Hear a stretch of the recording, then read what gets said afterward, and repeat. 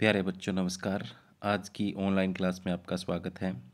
प्यारे बच्चों, आज हम विज्ञान विषय में कक्षा 8 अध्याय 10 किशोरावस्था की ओर के प्रश्नोत्तर करने वाले हैं। तो प्यारे बच्चों, जिन बच्चों ने अभी तक चैनल को सब्सक्राइब नहीं किया वो चैनल को सब्सक्राइब कर लें, लाइक कर दें और अपने साथियों को शेयर कर दें। तो शुरू करते हैं आज की क्लास का पहला प्रश्न। किशोरावस्था किसे कहते हैं? तो प्यारे बच्चों, किशोरावस्था क्या है या ये किसे कहते हैं? तो वृद्धि जो होता है वो एक प्राकृतिक प्रक्रम है। वृद्धि जो है वो प्राकृतिक प्रक्रम है। जीवन काल की वह अवधि जब शरीर में ऐसे परिवर्तन होते हैं जिसके परिणाम स्वरूप जनन परिपक्वता आती है, किशोरावस्था कहलाती है। तो किशोरावस्था की परिभाषा क्या होगी? जीवन काल की वह अवधि जब शरीर में ऐसे परिवर्तन आते हैं, ऐसे बदलाव आते हैं जिसके परिणाम स्वरूप जनन परिपक्वता आती है, किशोरावस्था कहलाती है। तो प्यारे बच्चों, किशोरावस्था लगभग 11 वर्ष की आयु से प्रारंभ होकर 18 या 19 वर्ष के तक रहती है। कितने से? 11 से 18 या 19 वर्ष तक रहती है। ठीक है। तो आगे है, यौनारंभ का सबसे महत्वपूर्ण लक्षण परिवर्तन क्या है? तो प्यारे बच्चों, यौनारंभ का सबसे महत्वपूर्ण परिवर्तन है लड़के और लड़कियों की जनन अक्षमता का विकास हो जाता है। जनन अक्षमता का विकास हो जाता है। यौनारंभ की दिखाई देने वाली सबसे महत्वपूर्ण परिवर्तन क्या है? तो सबसे महत्वपूर्ण परिवर्तन जो होता है प्यारे बच्चों, वो लंबाई में वृद्धि होती है। तो लंबाई में एकाएक वृद्धि यौनारंभ के दौरान होने वाला सबसे अधिक दृष्टिगोचर परिवर्तन है। यानी लड़का या लड़की एकदम से जो होते हैं एकदम से बढ़ जाते हैं, तो आपको वो एकदम से स्पष्ट दिखाई देता है। तो सबसे महत्वपूर्ण परिवर्तन है ये। अंतःस्रावी ग्रंथियों को नलिकाविहीन ग्रंथियां क्यों कहते हैं? तो प्यारे बच्चों, हमारे शरीर में अंतःस्रावी ग्रंथियां जो होती हैं वो हार्मोनों को नलिका में न निर्मोचित कर सीधे रुधिर में निर्मोचित करती है, इसलिए इन्हें नलिकाविहीन ग्रंथियां कहते हैं। तो आगे नेक्स्ट, किशोरावस्था में व्यक्तियों के चेहरे पर फुंसियां और मुहासे अधिक क्यों होने लगते हैं? तो प्यारे बच्चों, किशोरावस्था के अंदर तेलीय ग्रंथियां ज़्यादा क्रियाशील हो जाती है, जिसके कारण से चेहरे पर फुंसियां और मुहासे अधिक होने लग जाते हैं। आगे है, गौण लैंगिक लक्षण क्या है? गौण लैंगिक लक्षण वे लक्षण हैं जो यौनारंभ के दौरान वर्षण अंडाशय शुक्राणु अंडाणु उत्पन्न करते हैं। यानी वर्षण तो शुक्राणु पैदा करना शुरू कर देता है और अंडाशय जो है अंडाणु उत्पन्न करने लगता है। तो लड़कियों में स्तनों का विकास होने लगता है तथा लड़कों के चेहरे पर बाल उगने लगते हैं, अर्थात दाढ़ी मूछें आने लगती हैं। ये लक्षण क्योंकि लड़कियों को लड़कों से पहचानने में सहायता करते हैं, इसलिए इन्हें गौण लैंगिक लक्षण कहा जाता है। जो लड़के और लड़कियों में विभेद उत्पन्न करते हैं, अंतर उत्पन्न करते हैं, पहचानने में मदद करते हैं, उन्हें हम क्या कहते हैं? गौण लैंगिक लक्षण। जैसे दाढ़ी मूछों का आना, लड़कियों में स्तनों का विकास, चेहरे पर बाल उगना, ये सारे। आगे है नेक्स्ट, किशोर तथा किशोरियों में यानी लड़के तथा लड़कियों में यौनारंभ के समय कौन कौन से परिवर्तन दिखाई देते हैं आपको? तो लंबाई में वृद्धि दिखाई देती है, शारीरिक आकृति में परिवर्तन दिखाई देता है, स्वर में परिवर्तन होता है। तो इस यौनारंभ के समय क्या होता है? लड़कों की आवाज़ जो होती है फटने लगती है, बर्राने लगती है। स्वेद एवं तेल ग्रंथियों की क्रियाशीलता बढ़ जाती है, जिससे चेहरे पर फुंसियाँ कील मुहासे होने शुरू हो जाते हैं। जनन अंगों का विकास शुरू हो जाता है। मानसिक बौद्धिक एवं संज्ञानात्मक परिपक्वता आती है। गौण लैंगिक लक्षण भी दिखाई देने लगते हैं। आगे है नेक्स्ट, शरीर में होने वाले परिवर्तनों के लिए उत्तरदायी अंतःस्रावी ग्रंथियों तथा स्रावित पदार्थ का नाम क्या है? तो प्यारे बच्चों, अंतःस्रावी जो ग्रंथियां हैं वो हार्मोन छोड़ती हैं। इसके बाद में नेक्स्ट है, ऋतुस्राव क्या है? तो प्यारे बच्चों, जब अंडाशय से जो अंडाणु पैदा होता है उसका निषेचन नहीं हो पाता, तब उस स्थिति में अंडाणु तथा गर्भाशय का मोटा स्तर उस रुधिर वाहिकाओं सहित निस्तारित हो जाता है, जिसे ऋतुस्राव अथवा रजोद्रम कहते हैं। इसका चक्कर 28 से 30 दिन होता है। यानी जब अंडाणु है उसका शुक्राणु के साथ मिलन नहीं होगा, निषेचन नहीं होगा, तो क्या होगा? अंडाणु और गर्भाशय की दीवार रुधिर वाहिकाओं सहित निस्तारित हो जाती है, जिसे हम ऋतुस्राव अथवा रजोद्रम कहते हैं। यह महिलाओं में यानी 28 से 30 दिन के बाद होता है। आगे है, लिंग हार्मोन क्या है? उनका नामांकन इस प्रकार क्यों किया गया? उनके प्रकार ये बताइए। तो वर्षण एवं अंडाशय अंतःस्रावी ग्रंथियां भी हैं जिनसे लिंग हार्मोन का स्राव होता है। ये हार्मोन गौण लैंगिक लक्षणों के लिए उत्तरदायी हैं, इसलिए इन्हें लिंग हार्मोन कहते हैं। ये पीयूष ग्रंथि द्वारा स्रावित हार्मोनों के द्वारा नियंत्रित होते हैं। तो वर्षण और अंडाशय से जो हार्मोन स्रावित होते हैं उन्हें क्या कहते हैं? लैंगिक हार्मोन या लिंगी हार्मोन कहते हैं। आगे लिंग गुणसूत्र किसे कहते हैं? तो प्यारे बच्चों, मैं आपको बता देता हूं, मनुष्य के अंदर 23 जोड़ी गुणसूत्र पाए जाते हैं। तो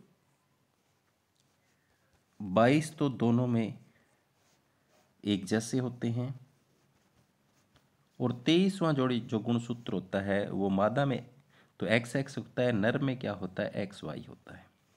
तो ये उसे पहचानने में मदद करता है। जो नर में क्या है? अलग है एक्स वाई, और मादा में क्या है? दोनों एक्स एक्स हैं।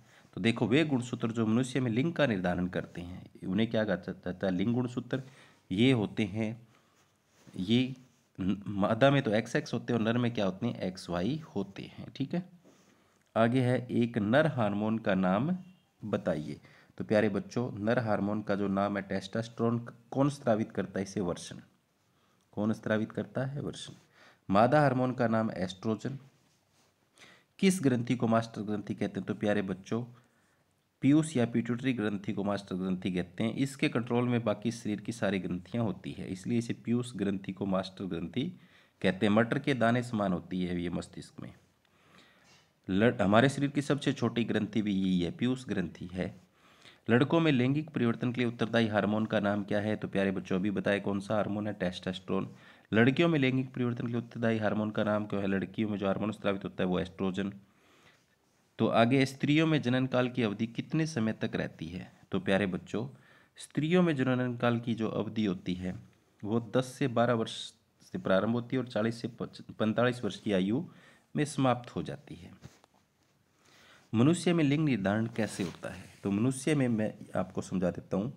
देखो, मनुष्य में एक्स गुणसूत्र वाला अंडाणु को निषेचित करेगा तो युग्मनज में 2 एक्स गुणसूत्र होंगे, जबकि मादा शिशु में विकसित होगा। यदि अंडाणु को निषेचित करने वाला शुक्राणु वाई है तो नर शिशु विकसित होगा। जैसे एक्स एक्स, सॉरी इसको दोबारा, यहाँ एक्स वाई और एक्स एक्स, ये नर और ये मादा। इसका एक्स इसके एक्स से मिलेगा, इसका एक्स इसके एक्स से मिलेगा, इसका वाई इसके एक्स से मिलेगा तो एक्स वाई, इसका वाई इसके एक्स से मिलेगा तो एक्स वाई। तो देखो, X Y X Y X X X X, तो कितने? 50-50 संभावना है।